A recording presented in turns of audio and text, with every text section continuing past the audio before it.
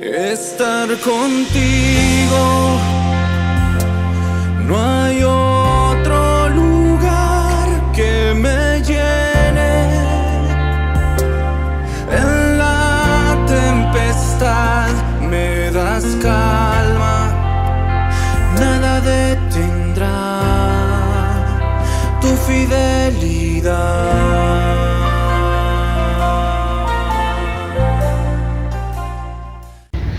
Muy buenos días, amados hermanos, los saludamos en el precioso nombre de nuestro Señor Jesucristo. Y el día de hoy, ya miércoles 8 de febrero, continuamos con el estudio del libro de Samuel, que particularmente está ayudándonos muchísimo a tener esa comunión plena con nuestro Dios y a poder cumplir el propósito que Dios tiene para nuestras vidas. Entreguemos este tiempo a Dios. Te alabamos, Señor, y te damos gracias porque eres tú quien nos dirige cada día, Señor. Te pedimos, Señor, que en este tiempo puedas tú seguir hablando a nuestras vidas, Dios, y revelándonos los planes y los propósitos que tienes para cada uno de nosotros. Bendito sea tu nombre, Señor, en el nombre de tu amado Hijo Jesús. Amén. Amén. Estamos gozosos y felices. Y en esta mañana el título del tiempo con Dios, que nos está ayudando a poder tener la lectura de la palabra de Dios de una manera ordenada, sistemática. Y el título del día de hoy dice: Preparación para la coronación. El libro de Samuel, vamos a estudiarlo en Primera de Samuel, capítulo 9, versos del 15 al 27. Un día antes de la llegada de Saúl, Jehová había hecho a Samuel esta revelación: mañana a esta misma hora yo enviaré a ti un hombre de la tierra de Benjamín, al cual ungirás como príncipe sobre mi pueblo Israel. Y él salvará a mi pueblo de manos de los filisteos, porque yo he visto la aflicción de mi pueblo, y su clamor ha llegado hasta mí. Cuando Samuel vio a Saúl, Jehová le dijo: Este es el hombre del cual te hablé, él gobernará a mi pueblo. Acercándose pues Saúl a Samuel en medio de la puerta, le dijo: Te ruego que me enseñes dónde está la casa del vidente. Samuel respondió a Saúl: Yo soy el vidente, sube delante de mí al lugar alto y come hoy conmigo. Mañana por la mañana te despediré y te descubriré todo lo que hay en tu corazón. En cuanto a las asnas que se te perdieron hace ya 3 días, pierde cuidado de ellas, porque han sido halladas. Además, ¿para quién es esto lo que hay de codiciable en Israel, sino para ti y para toda la casa de tu padre? Saúl respondió y dijo: no soy yo hijo de Benjamín, de la más pequeña de las tribus de Israel, y mi familia no es la más pequeña de todas las familias de la tribu de Benjamín. ¿Por qué pues me has dicho cosa semejante?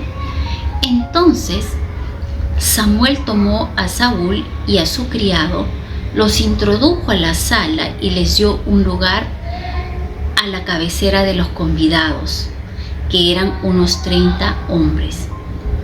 Después dijo Samuel al cocinero: Trae acá la porción que te di, la que te dije que guardaras aparte.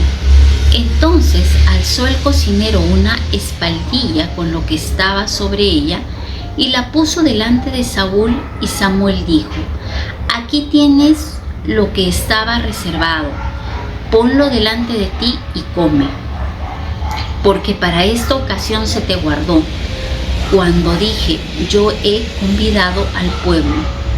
Saúl comió aquel día con Samuel. Cuando hubieron descendido del lugar alto a la ciudad, él habló con Saúl en la azotea. Al otro día madrugaron. Al despuntar el alba, Samuel llamó a Saúl, el cual estaba en la azotea, y le dijo: levántate para que te despida. Luego se levantó Saúl y salieron ambos, él y Samuel. Habían descendido al extremo de la ciudad cuando Samuel dijo a Saúl: di al criado que se adelante. Y se adelantó el criado, pero espera tú un poco para que te declare la palabra de Dios, ¿no? El título del devocional el día de hoy nos dice: preparación para la coronación, ¿no? Nosotros cuando estudiamos la palabra de Dios podemos ver que Dios no discrimina a nadie, ¿no? Si bien es cierto, Dios fijó sus ojos en Saúl, ¿no? Y cuando nosotros podemos ver las características de Saúl, ¿no? ¿Quién era? Podemos ver que Dios escoge a un hombre que era bien parecido. Dice que Saúl era bastante alto, ¿no? Que nadie se comparaba con la estatura que él tenía. Era bastante simpático, era bastante agraciado, ¿no? Aquí, según lo que dice la Biblia, aparte que también venía de una buena familia, ¿no? Y una característica especial que tenía Saúl, como nos narra la palabra de Dios, es que también Saúl fue obediente al llamado de su padre, porque su padre le había dicho a Saúl que él buscara unas asnas que se habían perdido, ¿no? Que se habían extraviado, ¿no? Y nosotros podemos ver que para los que amamos a Dios todo nos ayuda a bien, ¿no? Entonces nosotros nos encontramos en este contexto en el cual se habían perdido las asnas, ¿no? Y las asnas en ese tiempo eran un medio de transporte, ¿no? Eran animales de primera necesidad, ¿no? Porque con las asnas se podía transportar granos, se podría transportar alimentos y muchísimas cosas. Ahora, se imaginan la pérdida de estos animales, era algo bastante trascendental para la familia de Saúl. Entonces Saúl obedeció a su papá y fue con su criado a buscar estas asnas, ¿no? Pero para Dios no hay coincidencias, ¿no? Porque Dios tiene propósito para todas las cosas que Él hace, ¿no? Y nosotros podemos ver qué pasaba en el contexto, ¿no? social, político de Israel, ¿no? El pueblo de Israel que clamaba por un rey, ¿no? Dios, cuando su pueblo clamó por un rey, Dios al final tuvo misericordia del pueblo de Israel y dijo: bueno, si quieren un rey, les daré un rey, ¿no? Pero algo que Dios había establecido es que este rey tenía que tener dos misiones muy importantes. ¿Cuáles eran las misiones de este rey, ¿no? La primera era que este rey tenía que pelear contra los enemigos de Israel, ¿no? Y en ese tiempo los enemigos del pueblo de Dios eran los filisteos. Los filisteos tenían ambiciones grandes, querían borrar de la faz de la tierra al pueblo de Israel. Entonces este rey tenía que tener en claro que tenía que ser un hombre de guerra, ¿no? Y lo segundo era que este rey tenía que fomentar la unidad en Israel para que Israel sea un gobierno fuerte y poderoso. ¿Por qué? Porque si no eran un gobierno fuerte y poderoso, una nación fuerte, unida y poderosa, no podían hacer frente a nadie. Entonces nosotros nos encontramos ante todo este hecho, ¿no? Y cuántos podemos decir que Dios prepara este tipo de encuentros especiales en situaciones adversas para cumplir sus propósitos divinos, ¿no? Y dice aquí en el verso 15, ¿no? Un día antes de la llegada de Saúl, Jehová había hecho a Samuel esta revelación, ¿no? Mañana a esta misma hora yo enviaré a ti un hombre de la tierra de Benjamín, al cual ungirás como príncipe sobre mi pueblo de Israel, y él salvará a mi pueblo de mano de los filisteos, porque yo he visto la aflicción de mi pueblo y su clamor ha llegado hasta mí. Algo que nosotros podemos notar en estos versos es cómo Dios se revela, le revela sus planes y sus propósitos a Samuel. ¿Y quién era Samuel? Nosotros estamos estudiando a la luz de la palabra. Samuel Él había cultivado esa comunión con Dios desde muy pequeño, porque su madre lo había llevado al templo y lo había puesto al servicio de Dios. Y Samuel aprendió a escuchar la voz de Dios a temprana edad. Y miren, ya Samuel estaba entrado en años y seguía escuchando la voz de Dios y seguía teniendo esa comunión plena con Dios, para que Dios le revele los planes, los propósitos que Él tenía con su pueblo y con la persona que Dios había escogido. Y miren que le dice: a esta misma hora yo enviaré a un hombre de la tierra de Benjamín. Dios ya había escogido a Saúl como su ungido. Dios en ese tiempo también, ¿a cuántos de nosotros nos ha escogido? Él nos dice que ante sus ojos somos de gran estima, somos honorables y Él nos ama, ¿no? Y miren que Dios, aquí nosotros podemos ver, escogió a un hombre que tenía características muy apuestas. Era un hombre que también tenía muchas debilidades, pero que Dios tenía un plan para él, ¿no? Y nosotros podemos ver que en el verso 17 dice: cuando Samuel vio a Saúl, Jehová le dijo: este es el hombre del cual te hablé, él gobernará mi pueblo.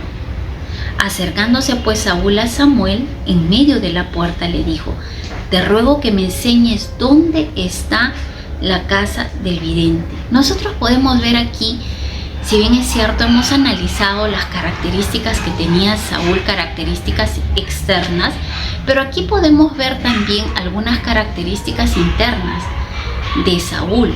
Ellos vivían en la misma nación de Israel, pero imagínense que Saúl no conocía de Samuel. Entonces nosotros podemos ver la condición espiritual que tenía Saúl. No era del todo espiritual, no era del todo buena. ¿Por qué? Porque él debía haber conocido al siervo de Dios, porque Samuel era bastante conocido, ¿no?, en el pueblo de Israel. Pero miren, imagínense, Saúl no lo conocía, ¿no? Y nosotros podemos ver que también Dios nos habla a nosotros en este tiempo, que lo que nosotros hemos aprendido tenemos que también enseñar a las nuevas generaciones, ¿no? El Dios en el que creemos, también nuestros hijos y nuestros nietos tienen que saber que es ese Dios todopoderoso. Miren que Saúl venía de una tribu de Benjamín, era una tribu de Dios, pero Saúl no conocía al siervo de Dios, ¿no? Entonces, ¿por qué? Porque era joven, ¿no? Y es en este tiempo que muchos de nosotros, ¿no?, nos cuesta pasar, ¿no?, este legado de bendición a las nuevas generaciones, ¿no? Y nosotros podemos ver a lo largo de la palabra de Dios, siempre nos habla el Dios de Abraham, de Isaac, de Jacob, y Dios en todo tiempo nos muestra que su voluntad es que el legado se pase de generación en generación. Y miren, en medio de toda esta situación, aún con las debilidades que Saúl tenía, Dios lo había escogido. Es que entiendo también, a la luz de la palabra, que el que comenzó la buena obra en nosotros nos va a perfeccionar hasta el día de Jesucristo, ¿no? Nuestros inicios muchas veces son con tantas debilidades, ¿no?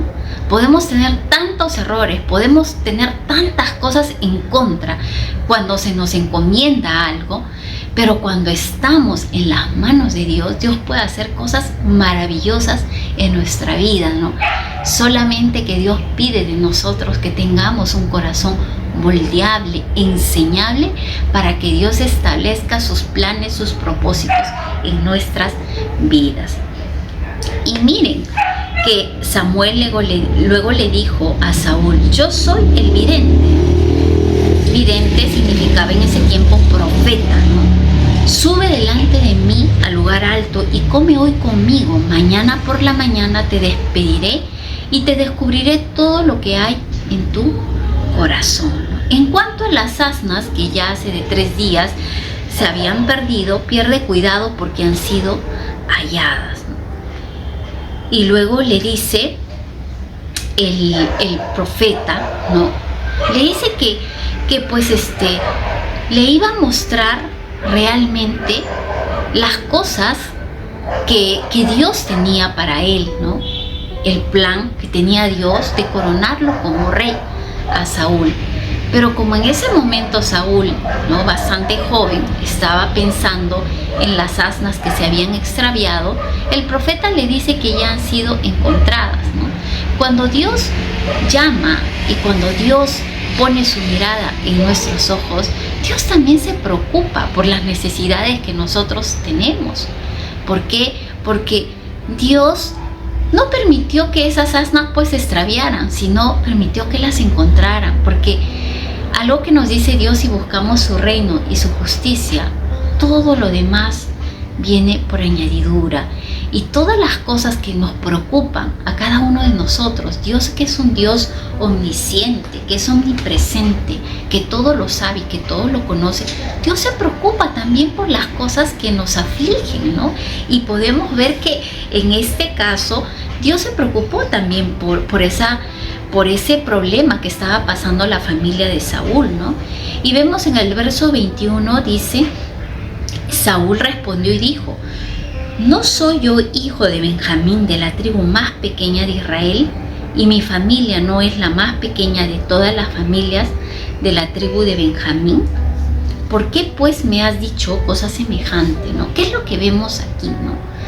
Primeramente, en el contexto de Benjamín, en la época de los jueces, dice que la tribu de Benjamín fue la tribu más débil, ¿no? Pero Dios se place escoger, ¿no?, de una tribu débil en ese tiempo a un hombre que iba a ser el ungido de Jehová, a un hombre que iba a ser el rey, ¿no? En medio de sus temores, en medio de la condición en la que Saúl se encontraba de poder asumir una gran responsabilidad, quería huir de esa responsabilidad, ¿no? Y muchas veces cuando se nos da un mandato que viene de parte de Dios, muchos dicen: no, pero yo no estoy preparado para hacerlo.